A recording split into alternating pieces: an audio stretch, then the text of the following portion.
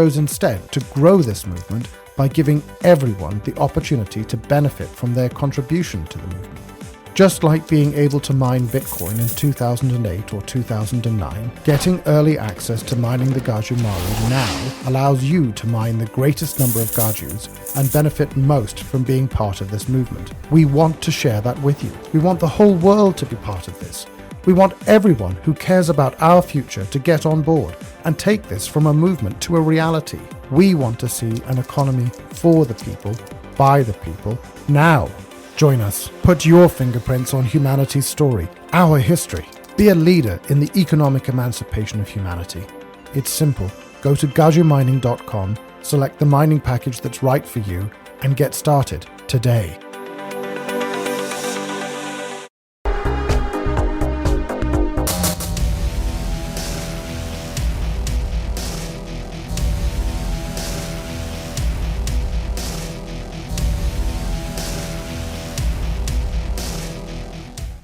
All right, guys, welcome to the latest episode of Blood Money. Today we have hell of a story for you guys. I'm sure you've heard about all this controversy of Tim Pool and Candace Owens going at it. A lot of emotion, a lot of crazy temperaments out there right now. It's definitely pretty ugly on social media. And today I have Craig here, who is known for a number of things. You know, he's one of the first movers in the cannabis world. He was on the show Weeds, and he's kind of become known as a serial entrepreneur. So, Craig, how you doing, sir? Excellent. Thank you for asking. Happy to be here, and just busy working on my new project, Yo Mama. So, should be fun. Awesome. So, you know, before we dive into the whole controversy with Tim Pool, tell us a little bit, tell the viewers a little bit about your history, who you are, what are you notorious for? I noticed that you're kind of banned on a lot of social media, you know, sites. Tell me, you know, who you are, what you do, brother. I'm just an individual with a lot of independent thoughts, probably a revolutionary thinker. So I've been banned. I've run for city council in Beverly Hills, the mayor of Los Angeles in 2009. I've been on the TV show Weeds, on another TV show, 15 cannabis films. And I used to have a Wikipedia page, but they even took my Wikipedia page down. So I have been banned from a lot of social media. Try and get friends to help me connect in that way sometimes, so I feel like I have some voice to get out there and say things to the world. But occasionally I'm asked to be a guest like you on a podcast because you had some inside information about me and Tim Pool from the past. And it seems to be relevant now, so I'm glad to be here and share that experience. So. Yeah. So I remember, you know, I'll kind of give the viewer a little bit of background on this. You know, this whole Tim Pool thing went down with him, I guess, you know, berating Candace or, you know, calling her a C word or a B word or whatever, having to do with, I guess, somebody shot a gun at his office or something like that, right? So I recalled when you and I connected because, you know, just to give you guys a little bit of history, you know, Craig and I were talking about one of his projects in terms of me doing media for him. And then this whole crazy Third Assassin hoax thing went down. And when that went down, I was trying to make it my goal to go on a whole bunch of podcasts and correct the record because, you know, overnight, over the course of 24 or 48 hours, it's like I was made into something that I'm not. And it's not like those companies, you know, when Fox blasts you or ABC or BBC or whatever, when they blast you as an assassin, it's not like they go back and they're like, all right, let's give the same amount of time that we gave to destroying this guy's name and reputation to fixing it and saying that we did a mistake. They almost just kind of like have it go away, right? And one of my great annoyances with this whole Third Assassin situation is there was some people that didn't allow me the mic to correct the record. And one of those people was Tim Pool. And I recall telling Craig that, man, like this Tim Pool guy promised me, you know, he made me to be a bit of an idiot. He said that he recognized I was no assassin, but he made me to be a bit of an idiot by assuming a bunch of things that weren't true. Like flat out, like made a bunch of assumptions, you know, and said a whole lot of things that were kind of nasty and weird. And so I was like, when I saw him, I was like, Tim, dude, let me just correct the record. He promised me that he would allow that, and he never returned my texts, my phone calls, and eventually I was just like, dude, I'm not even gonna keep calling this guy because he's just like reneging on his promise, right? We should just give out his personal cell number right here, right now. I don't want to dox him, but I was annoyed at him. And then I recall with you about, I guess what did he try to do? I mean, you tell me the whole story about what happened. What tried? I was a duly certified candidate running for Congress in West Virginia, and he lived in my district. So I went to his place to, I was trying to get on the ballot without paying the $1,700. I wanted to have enough signatures. So I thought, hey, if I could get on this guy's show, I'll leave my name and number. Maybe he'll have me as a guest and I'll make the deadline. So it was in January of 2022. And the election was in November of 2022 for Congress. That I went there, knocked on the door, was invited in. They filmed it, tried to make a big deal out of it, saying I broke in. I corrected the record, and when I corrected the record, they decided to have me arrested.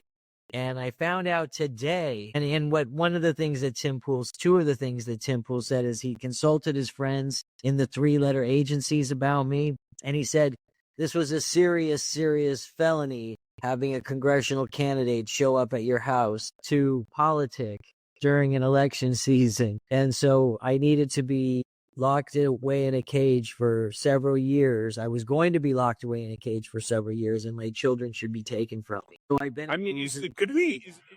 is that stuff available? Could we like share that on screen? There's a link. I think if you go to dude, someone broke into my house and put Craig X or Tim Pool, I think it pops up. But the guy whines and cries about someone breaking in and shooting at him every couple months for his own clout, that it might be difficult to find. That's one we put up on one of our Temple 420 websites, and one of our fans had made that for me and sent it to me. So it's a little repetitive, but it really shows how foolish Tim Pool is. Wait, I gotta find this, man. I'm actually looking for this right now. Hang on. I'm gonna share this real quick for the viewer. Do you mind if I just share this and we watch it and then we'll... Not at all. It's a little repetitive, but we can go through it slowly or you can speed through it, whatever. But it really shows me going into their house, how they used it. And it's one of their most popular videos they have of Tim Pool being attacked by me. And then he charged me with burglary. So my friend took some of the videos that they had kept talking about me and put it out there. Dude, someone broke into my house. So I hope you all understand. And I hope you never experience stuff like this. I'll leave it there. I live in West Virginia. These people are scumbags. The production studio is in Maryland. And that's our fault. That is our fault it happened. I fully accept that. Now the guy's going to go to prison. I don't think we've gone a day without facing some kind of attack against us. James O'Keefe called you a powerful individual. Someone who breaks onto the property can be... Yeah, totally, yeah. Okay. So I started watching Tim Pool. I was never a Tim Pool fan, but he tugs at his shirt all the time when he's lying or exaggerating. So if you notice, he goes, we've been under attack. We've been under attack. And he still does it to this day. I haven't watched him recently, but he gets just as mad as me as he does at Candace Owens in this recent tirade. And he does the same thing. He's tugging at his shirt. Let's see that. I got to see that. I'm going to play that again one time so we can take a... That's an interesting thing you spotted. One sec. Like it's some kind of poker tell. Dude, someone broke into my house. So I hope you all understand. And I hope you never experience stuff like this. I'll leave it there. I live in West Virginia. These people are scumbags. The production studio is in Maryland. And that's our fault. That is our fault it happened. I fully accept that. Now the guy's going to go to prison.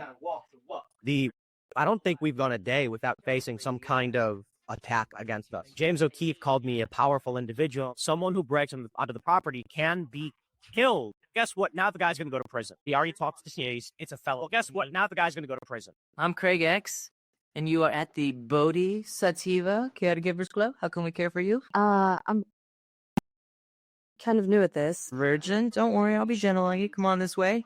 We already talked to the police. It's a felony. It's a very serious... That's because you're in that show Weeds. That's what we're seeing over there. Yeah, so my friend clipped that in. He was trying to make it like, because Tim's saying, oh, he came there to become famous. And I'm like, bro, I'm at 15 weed movies. I'm on the TV show Weeds. Snoop Dogg and I are the only ones on the show to play our own selves. And so, I mean, you're just running as a candidate, and you go to his place basically to tell him about your candidacy, more or less. Like, you're leave clearly my name, number, all my information, and I knock on the door. I'm invited in, and the guy, like I said, he recorded the whole thing and then never turned in. Kind of like what happened with his brother in this recent shooting.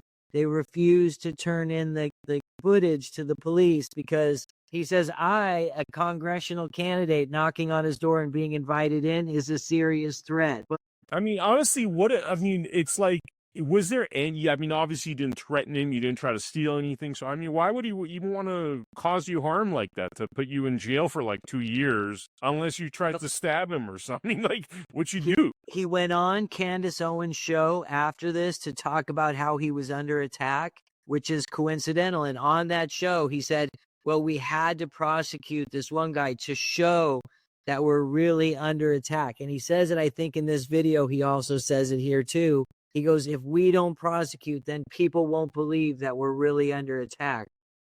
And you're not like a lefty, you're not like a trans person, you're not like, I mean, you don't hate Tim Pool. I mean, tell me everything, because everybody's going to research and they're going to try to find out anyway. So tell me everything. Do you hate Tim Pool or? No. So I've been in 2 movies with Joe Rogan, How Weed Won the West and American Drug War. I've been in 1 film with Alex Jones, who I think was the narrator of How Weed Won the West. Was a documentary about cannabis. And so I see him doing some podcast with Alex Jones and Joe Rogan. I'm like, all right, this Tim Pool guy must be okay. He knows these guys that I tangentially know and worked with. I've been a guest on Alex Jones' show before. And Joe Rogan came the very first time I was preaching at Temple 420. Joe Rogan, Eddie Bravo, and Kevin Booth, the producer of the movie, all came to hear me preach. So I think, okay, this Tim Pool guy must be okay. I look up his address. He lives in my district, and I'm a MAGA candidate. I was at the Capitol on January 6th. I figured, all right, this is probably a good guy. He'll be supportive. He's even talking about providing a platform for different congressional candidates so that people can get to know him. Like, once somebody told me about him, I watched a couple episodes of his show. So I feel like, okay, I'm kind of aligned with this guy. We know some people in common. I was just about to launch a new business with Joey Diaz, who also had a podcast. I was putting out a thing called the Diaz List, which was the digital asset list, and using Joey Diaz to help me market it. And then I had an app on the website at the time called Sling Snap, which was like a free speech app. And this is back in 2020. So I figured, okay, I got some interesting forward thinking. I'm working as a driver in long distance hauling. So I drive over to his place, leave my name and number. They give me a bottle of water as I'm leaving. All of this is in the video, and I didn't film it. They filmed it. And then they put it out and said I broke into their place. And then when I explained, no, I didn't break in. These guys are liars. They're trying to, make stuff controversial. I said I came, I left my name and number, as you can see in this video. They told me I had to take my video down or they were going to prosecute me. And when I refused, and I don't know if you can find that video on there still where I just explained what happened. 4 days later, they call the cops on me and they have me arrested for felony burglary, for knocking on their door and politicking at their house. Burglary, like you didn't take anything. No, didn't take anything, but they couldn't get me for trespassing because I didn't trespass, so they charged me with burglary. I mean, that's just like a shitty thing to do, but let me keep playing this. I want to keep watching the rest of it.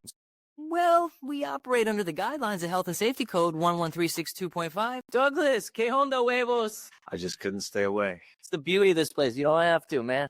Welcome back. I love it here so much. He's suffering from depression. Some guy breaks into the property. The cops were like, it's burglary. It's a felon. A guy broke into the house. These people are scumbags. He called you scumbag? That was him talking about you? That's what he's talking about me. The more you watch it, the more it gets put into context. But it's funny. He takes these little clips and then he expands them so you see how ridiculous this guy is being. And like I said, keep watching as he tugs at his shirt with one hand or two hands. And he does the same. And this is, sorry to interrupt you, this is already so over the top. Like, man, I mean, unless you were there with the intent of doing something crazy, which it doesn't sound like this kind of dramatics of like these people, like I almost feel like he's talking about a trans person that tried to stab him or something. Yeah, it was ridiculous. And like I said, his own brother shot up his house and he refused to prosecute him in 2022. That's what Candace Owens came out and said. She goes, I know. She said that today or in the last few days. I just saw that on Twitter. She's like, your own brother shot up your house and you didn't prosecute him.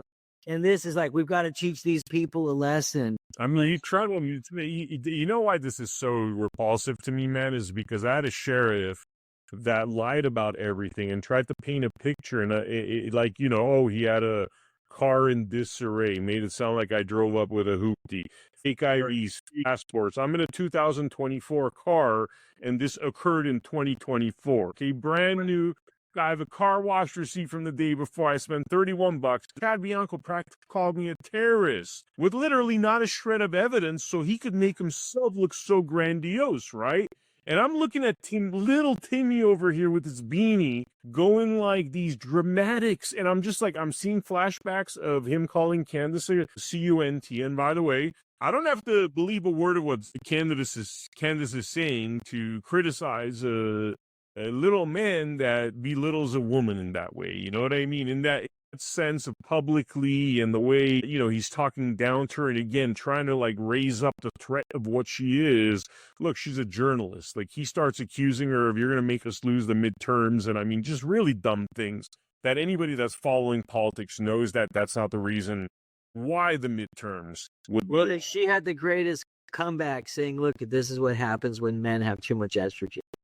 It appears he snuck on as they were entering, confusing our staff and our security. So that's a lie, right? You didn't sneak on. You just tried I didn't sneak on anywhere. I think I told you this when we did the radio podcast.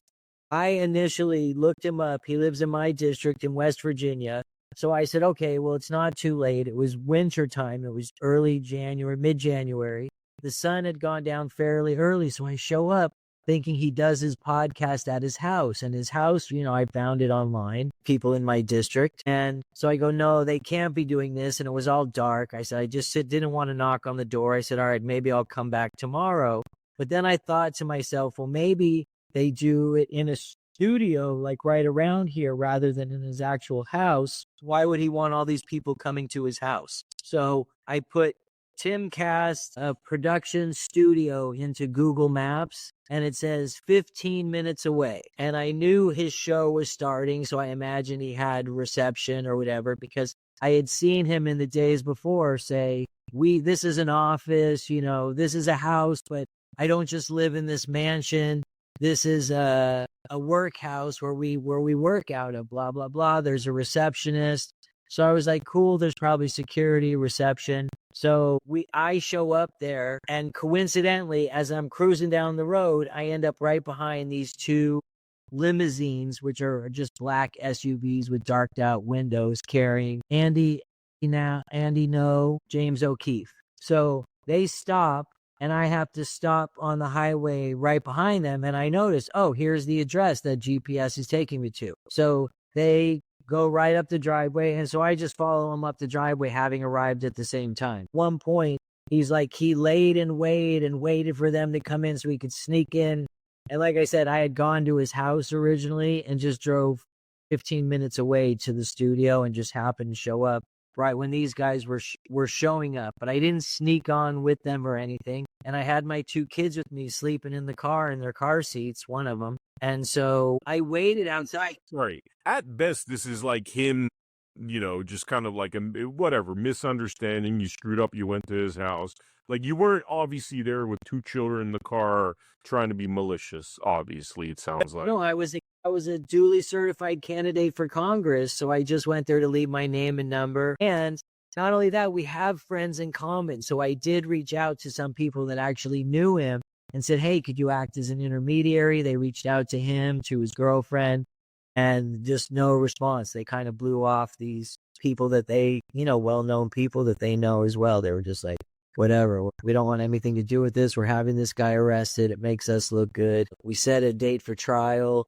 They told me if I would apologize, make a public apology and something else, that they would drop the charges. And I was like, oh, hell no. You guys have done nothing but lie. I've told the truth the whole time. I'm like, let's go to court, show your videos. And they gave us nothing in discovery and dropped all charges the day of the trial. Man, it's very upsetting, dude. I mean, I don't know what's up with this. Like, it's like I don't see a difference between like what Tim did to you or what Chad Bianco did to me. It's like they will do anything for clicks. That's all it is. They will do anything for publicity. They will destroy. And no wonder this prick never allowed me to correct my narrative. After he spent the whole episode, with his zillion assumptions, he just made up stuff. Jeremy at the quartering repeated all of his lies and then actually did more research than Tim, and Googled me and started putting highlights of me from some of the films, TVs, magazine, pictures of my kids and stuff.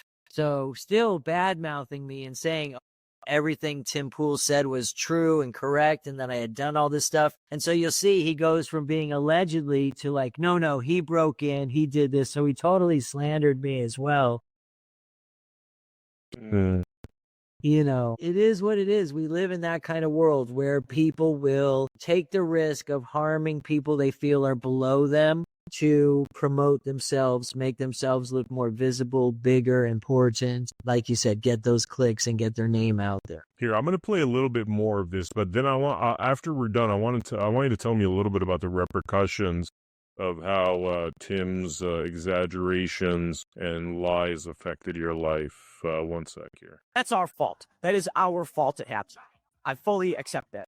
After we are being attacked and our lives are being threatened, this guy said, I want to be famous. Welcome. I'm Craig X. And he walks up to our front door right after the guests had come in, when we were greeting everybody, making sure everyone was taken care of. And that's our fault. That is our fault it happened.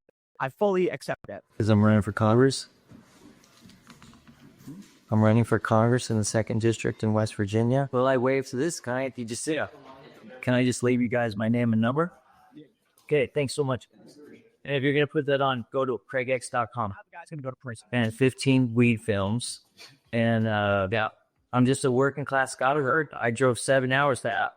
What's your name? It's nice to meet you, right? No, I'm running in West Virginia. In your district. In this district. Thank you so much. Appreciate it. You guys have a good evening. People are scumbags. People are scumbags. I don't like prison systems. I don't like locking people up. I get it. This guy was a fan. You have no choice. We've already talked to the police. It's a felony. It's a very serious felony. The guy breaks into the property. The cops were like, it's burglary. It's a felony. The production studio is in Maryland. I live in West Virginia. Illegally. I know I said it. I'm running in West Virginia, in your district, in Tim's district. I'm running for Congress in the 2nd District in West Virginia. A guy broke into the house. Now, let's address this. Some people may have seen it. He's lying. He's trying to claim that he was let in, and it's all just lies because these people are scumbags. Scumbags, man. So we have this guy enter the property illegally. I know I said it. We already talked to the police. It's a felony. It's a very serious felony. This guy's likely going to go to prison. He admitted everything. The rest of it repeats. It's the same information generally, or? I think there's a little new, fresh information at the end, but for the most part, it repeats, and it just talks about Tim. I mean, you can basically see they invited me in. They gave me water. I left my name and number. I clearly wasn't a burglar. And they made a whole video out of it about stranger breaks into the property and had, like I said, had me arrested. I had to sell my house just to cover the legal bills. I got in a custody battle over my kids for it because I'm now facing prison time. And I was facing, I think, 5 to 7 years or 4 to 7 years of prison time for knocking on the door, being invited in, leaving my name and number, my website, them giving me water. So it wasn't like they perceived any threat whatsoever then. The only threat was to their credibility. And I thought about suing, but I thought how corrupt the court system is to even accept that as a felony. And would justice be served, or should I just trust God? Isaiah 51, I think, says, Vengeance is mine, says the Lord. So I do believe in God. I believe in the Bible. So I just put it in his hands so far. And I think that the credibility, when he started coming out and saying those horrible things about Candace, I was just like, oh, this guy's credibility is shot. You know, he's already such a bad guy. And now to be attacking Candace, she's concerned about one of her best friends being murdered and the murderer walking free. And he cares about, the midterms. You know, it's more important. You know what it is? This guy is a Chad Bianco, because he did it. I saw him do it to you. I saw him do it to me. And dude, if you're going to go talk shit about a man for 20 minutes and say a bunch of shit that you're assuming, no receipts, this is not what journalists do. And then to not give that person 20 minutes to be like, you know what, Tim, sorry, bro, you got it a little bit wrong. Like saying shit like, he made it seem like what an idiot. He would walk into a Trump rally with guns, like this image of essentially what Chad Bianco had painted, which is this kind of like Unabomber redneck living in a shack with his hoopty disheveled, the car in disarray, right? Fake IDs, fake passports. So it's like I got this big beard, pop belly, total redneck, chewing tobacco in my mouth, whatever it is that he conjured up, and he walks into a Trump rally, and I get it, man, like, you love your way, but that's like, you shouldn't walk into the Trump rally. So the image is this big redneck guy with a machine gun being like, nah, 2-way, I'm still coming into the Trump rally, which is like, nothing close to how it went down. It wasn't even involving a Trump rally. That's what's crazy about it, is all these assumptions were like, oh, this crazy dude, like, 2-8. The Thor assassin was all over the press with your name. You were called the third assassin. And you would think, if you're a real patriot, you look up that dude. Okay, by the way, let me tell you what happened yesterday. President Trump announces my investigation on his Twitter, okay? He announces my election ballot fraud investigation in California, literally uses words from my expose. And the reason why I know he's talking about me is because one of his closest confidants texted me today, and he said 100% what President Trump talked about yesterday, which is that California is trafficking ballots and there's truckloads of evidence out there, is my investigation, right? Which I was doing 3 days before I got called the third assassin, okay? You would think that just on principle, the patriot that's out there chasing freaking semis to stop this election corruption is somebody that you should actually take a good look into and be like, wait a minute, what's this guy about? This crazy sheriff's calling him an assassin. Turned out not to be true. What's the real story? That's what a journalist would do, right? Dude, the way he kind of punted this and didn't want to have anything to do with it, right? And then I started noticing a pattern in practice, which is that there's these paid influencers. And by the way, I'm like, I don't even talk about Israel, but everybody's been talking about how there's these people that get paid $7,000 per posting to good things about Israel. Well, I noticed it's the exact same bad things about Tucker and Candace. Whatever. And it's like, I noticed those exact same group of individuals, and I'm not saying that they're coming after me because I don't even have Israel on my radar. It's not like I post badly about Israel. I'm way too busy with a gazillion actual investigations and things that I'm doing. And so I don't waste time with like like if I was in like Israel, Gaza, whatever, investigating, yeah, I'd talk about it. But I got other stuff like this election ballot fraud situation that I've been investigating for like 14 months now, right? So the point I'm trying to make is that if you're a real patriot, you're a real like MAGA or whatever he professes to be, bandwagon that he hopped onto, because I remember in 2021, he was berating people for not getting the COVID vax and for not wearing masks and stuff. So whatever the flavor of the day is, so now he feels like he's part of that MAGA tribe, whatever, then you know what, man, if a guy's out there risking his well-being to uncover ballot fraud, and by the way, now we know it's significant enough as of yesterday, December 14, and by the way, this is probably going to play later in the month, but December 14, President Trump comes out and says there's been truckloads of ballots. One of his closest associates confirmed, she's talking about my investigation. Well, dude, you're dropping the ball as a so-called journalist. Like, you see what I'm trying to get at? Like, this is like... You're dropping the ball. But even every other journalist who initially called you that third assassin. This isn't the time to be National Enquirer when, like, literally our country's about to be eaten up by whatever is eating up the UK and Canada. You know what I mean? That sort of tyranny. If we had got Kamala, we'd already be there.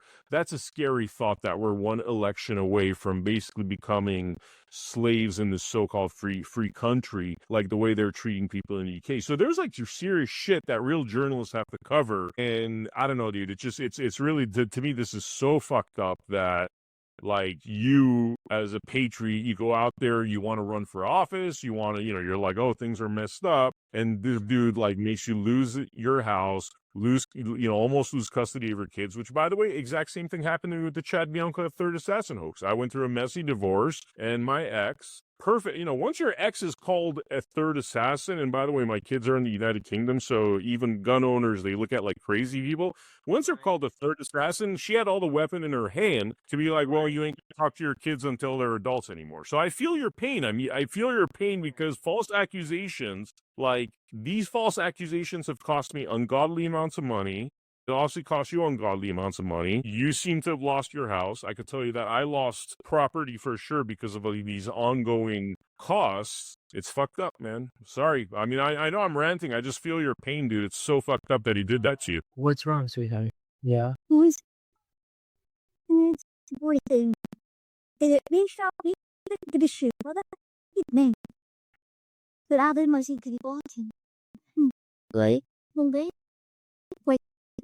I'm doing the podcast here.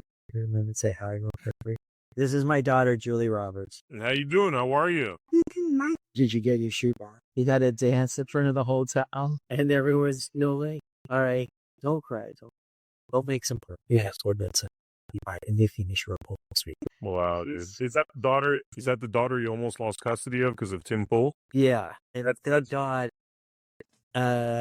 her and her brother have been with me for 2 years now. So for 8 months, they were with their mom, but their mom was unfortunately not treating them properly. So they ran away, came to me, and their mom called the police, and she didn't have custody. So we had to go. We've been in court still for 3 years. We have social workers checking on us. It's been crazy, but thank God the kids are doing well in school. They're happy and with me. So that kind of rift that you had for 8 months was because of Tim Pool. She thought because I was facing a felony, she could just steal the kids and get money from me and have the kids. And so I didn't fight or try and get them back for those 8 months.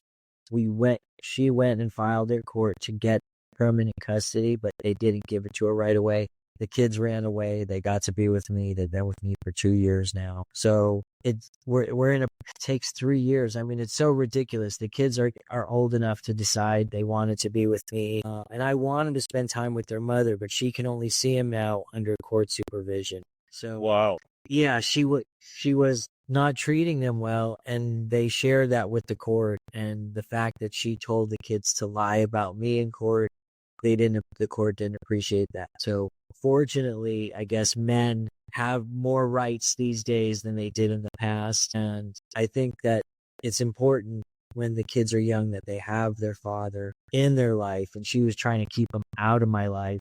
And I still, even though I think she's crazy, I'm sure most men think their exes are crazy, I still want them to have a relationship with her because she is the mother. So I was very fortunate. My parents split. Your parents are still together. It's so nice to see.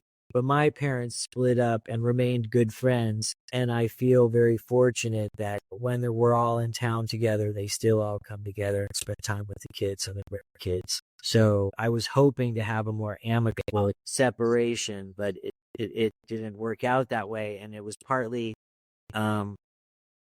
made worse by the fact that I was facing years in prison that she thought she could get away with just taking them without a court order. So regarding Mr. Poole, is there anything that we haven't talked about that's worth mentioning? Well, I think one of the things we discussed on the radio one that I guess you did for X was, is Tim Poole a Fed? And my feeling is that there is a high probability a high possibility that he's a federal asset, not necessarily a federal agent, but because of the timing, the places that he's shown up, and the way he's acted so exaggeratingly victimish in these situations to get himself more publicity and to potentially harm the people he was attacking, being myself, you, Candace Owens, and kind of, is that an act of someone who works as a federal asset? And I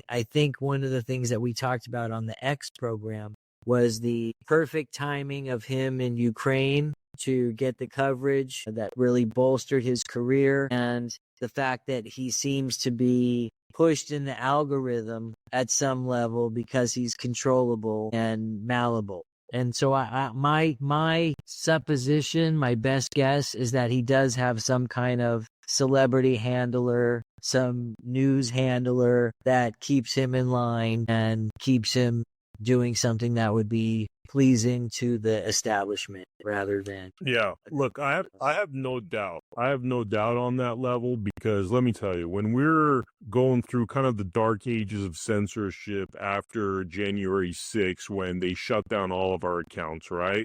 You know, I watched Tim Pool survive a lot of things that most podcasters did not survive. And I bet you anybody that looks at those old episodes and compares and contrasts with a lot of the people that were getting canceled will wonder, why did Tim Pool always have that in that allowed him to get away, get his accounts back? I know they took out some episodes. He never had his entire channel shut down. We had 7 of them shut down. I know people that had a dozen shut down because they didn't like what they were seeing. So there's a lot of fingerprints there to somebody that is being given a pass on a lot of things and feels like they have impunity. And after this event, I watched a little bit of Tim Pool and I paid attention to him. Besides picking up on this thing where he's always pinching his clothes when he's lying or exaggerating, he also talks about, oh, well, I'm rich, I'm this, I'm that. He's very egocentrical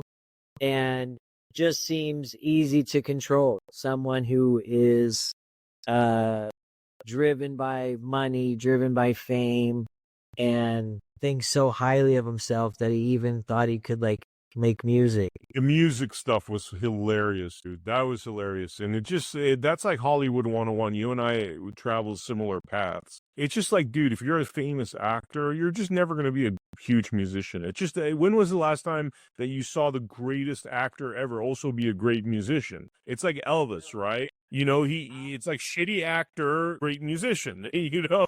I one time found at a used record store, Captain Kirk, Melody Shatner. What's his, I don't want to call him Marlon Shatner, William Shatner. William Shatner. He was doing cover songs of 60s hits as spoken word, and it was so bad. It was awesome. That sounds like the coolest thing ever, by the way.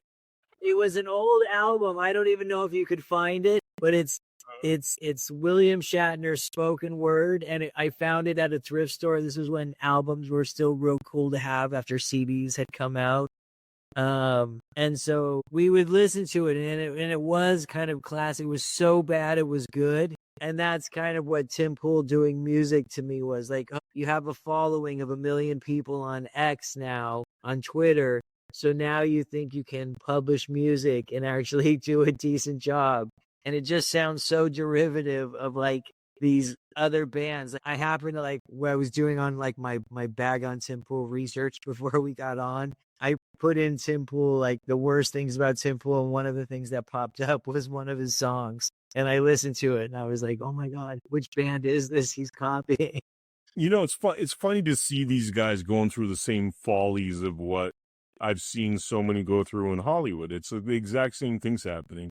You know, I don't think Tim Pool could even produce a second show that'll get an audience, and which is what happens with a lot of these guys. They'll have one podcast that's working, and it's not that much of a genius idea. It's a bunch of people sitting around talking about stuff, and he's going to try to do, he thinks he could do movies now. He thinks he could do albums. He thinks he could do other shows.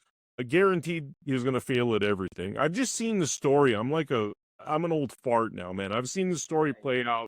The story of egomaniacs that think they're celebrities, which, by the way, always ends in a very shitty way. It's like Tim Pool probably lost half his audience in the last 3 weeks, you know what I mean? So we're kind of seeing his like credibility fall apart. It's always like this, though. It's always like this. Ego gets out of hand. They think they could do all kinds of shit. And by the way, you know what's funny, man? I've gone up to Tim Pool types. I'll just say Tim Pool types, including, you know, some of Tim Pool's people, and been like, look, dude, you guys need like network executives. Like, you guys are trying to play it like you're this big network now. Well, you know, and I know they're monetized. He has a lot of money because it's this new media thing, and he already captured a lot of it. But to really go from this point to the next point, as opposed to going from here to here, which always happens unless you figure this out, you need like network executives, you need development people, and you need to surround yourself and build like a network. Like you and I have experienced networks in Hollywood. That's just the way it is. You know, you need backroom creative talent, and the basics, they don't even get it because it's so much ego driven, you know what I mean? That it's like, you know, it's like, it's me. Well, no, dude, if you're going to build something beyond, like, it has to be more than you. Well, didn't the Daily Wire took a decent stab at it when they did the Run, Hide, the movie about the high school girl shooting? Did they also do Lady Ballers? Neither one of those were great productions as far as production value goes. But they were both interesting stories. They were both compelling, somewhat funny, and a decent watch. And it was a great attempt to try and influence the culture with something a little better. Even if it went straight to streaming, it's still, and I think they actually did have some theatrical release. But if you look at one of the biggest films in history that did the same thing, Mel Gibson's Passion of the Christ, he went to churches, marketed through churches, couldn't get real distribution. And yet ended up having one of the most successful financially successful films in the history of the film industry, and then also helped bring back the epic Bible genre that we hadn't had since, you know, Moses and Charlton Heston. Yeah, totally. See, if they bring on talent like that, I mean, you're talking about Mel Gibson, you know, it's, it's a tough one when it comes to movies, man. It's just so huge of a miss category, and when they hit category, you're talking about this. You know what I mean? It's like, Exactly. you know, Gibson pulls it off. Like, I almost feel comfortable giving Gibson any film, and he could pull it off. But how do you know? You know, how do you know? He is pretty great. My son Sam, my 10-year-old, is gonna be in a movie that he's in called Coyote. They just filmed with Isai Morales and a woman named Renee Notney, a Mexican beautiful actress. So Isai plays the anti-hero. He's a former coyote guy, but he rescues the girl from the cartels who kidnapped her to sell her into sexual slavery. One of the migrants crossing the border in the caravan. That sounds like a cool, interesting film. Yeah, and Mel Gibson's in it too, so that's the only reason I mentioned it.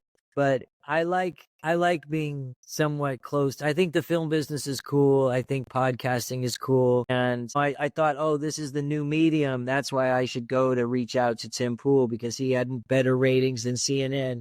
But like you said, his ego has created a problem. He's crashing right now. And I don't know if he'll be able to come back or not. And I don't care one way or the other.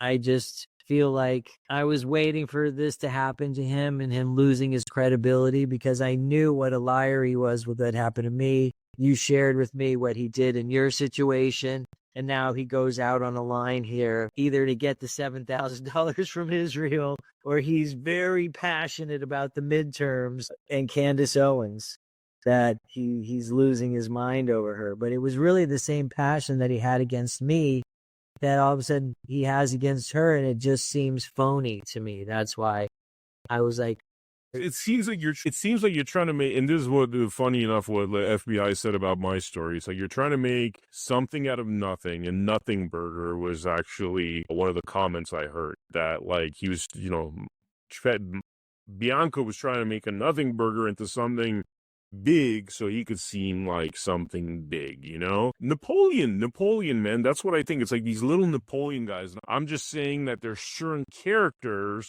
that due to their own complex have to do stuff like this, and they don't give a shit what happens to people. You know what I mean? It's like Chad Bianco, like, I'm not kidding when I say dozens of people have approached him and said, dude, what you did is like insanely wrong. And I'm talking about sheriffs, constitutional sheriffs, people that have rank on him, you know, and he'll never think, oh, what I did is wrong, and apologize. And I see that same pattern in Tim Pool because they think that they're better. You know, I really like James O'Keefe, by the way. Doesn't have that thing about him. Like, he doesn't have to exaggerate what he does. You know, it's like being comfortable in your own skin thing. I really think that's what it is. And he doesn't ever do the National Enquirer shit. Like, you know what I mean? Like, it's like that confident personality that's confident in the work he's doing, but never has to do the salacious nonsense. Dude, you just launched a new business, huh, in the cannabis field again, or? Yo Mama, YOOMAMA.com. So I don't have a QR code to share with anyone on here, but if they go to Yo Mama and they're interested in working with us, they can just fill out a little thing I have on there, and then we'll get back to them quickly. What do you guys do there? Hemp products, THCA. We ship it. Our big solution or problem that we're solving is, instead of paying $20 a gram for cannabis at the gas station, we sell it for $2 a gram. So it's a price point and a quality. We sell organic American farmers products. My company is Farm Direct LLC. We're doing business as Yo. Nice. Synonymous. Yo Mom.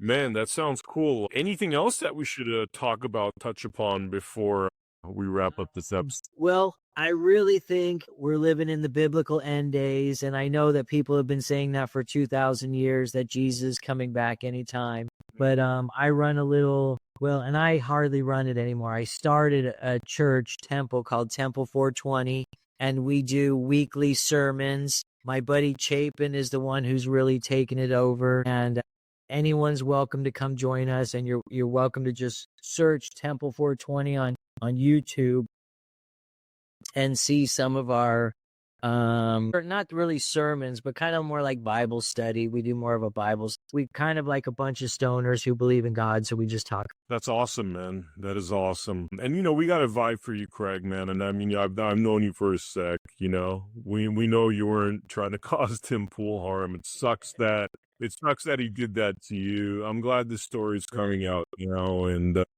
you know, who knows, man? Candace might invite you on to tell your story. You never know. And if Candace had me on, that would be great. And what's so funny is I kind of gave up on telling my story. And I figured, you know, when the time was right, I would do it. And so when you reached out to me after he did that to Candace, and you're like, oh my God, this guy's just exaggerating it, and he's so over the top.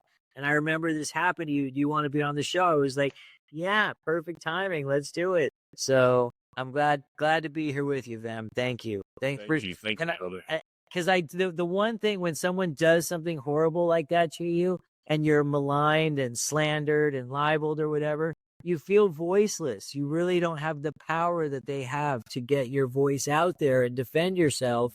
And you don't want to seem like a maniac going on and trying to defend yourself too hard. Otherwise, it's like Shakespeare said, do you protest too much? So you kind of have to let the time go by, the water settle, and then an opportunity like this to share my story with your audience is appreciative.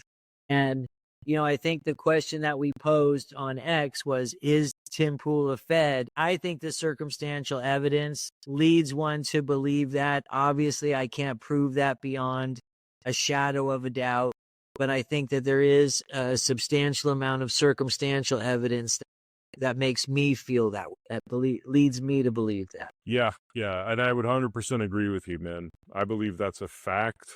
And people that get away with stuff that other people don't. I mean, that's the ultimate Fed. You know, the right. Big red flag is when, you know, you see somebody get away with stuff that regular people don't. You know. Well, and then he goes on and pushes the Fed slop narrative that Tyler Jones, I don't even know the guy's name, Tyler, the shooter, the executioner, that he's the lone gunman, that this was not any kind of conspiracy, that one lone guy who's never killed anyone in his life, some A student, suddenly has the perfect weapon, leaves his DNA behind, writes this strange, weird letter to his supposed furry lover, and the whole thing's knitted up and sewn up within 33 hours, just like the Freemasons like it. And it just seems like bullshit from day one. Yeah.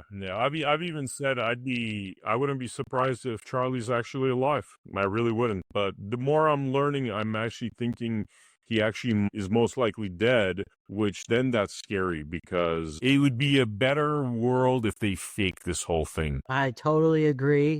But I also agree that I really do think he is dead. And I think that he may have been electrocuted. I think that's one of the things we talked about on the show last week is there was such a quick timing thing. And I've seen people get shocked with those tasers and they just get knocked out. And maybe they killed him once they got him in the car. I don't know. I'm no expert, but I've enjoyed watching Candace Owens shows, and I think she's sincere for sure. This has been awesome, man. I really appreciate coming on the Blood Money podcast. Unless there's anything else, I could kind of wrap up the episode. Stay blessed. Appreciate you having me on. Thank you for your time.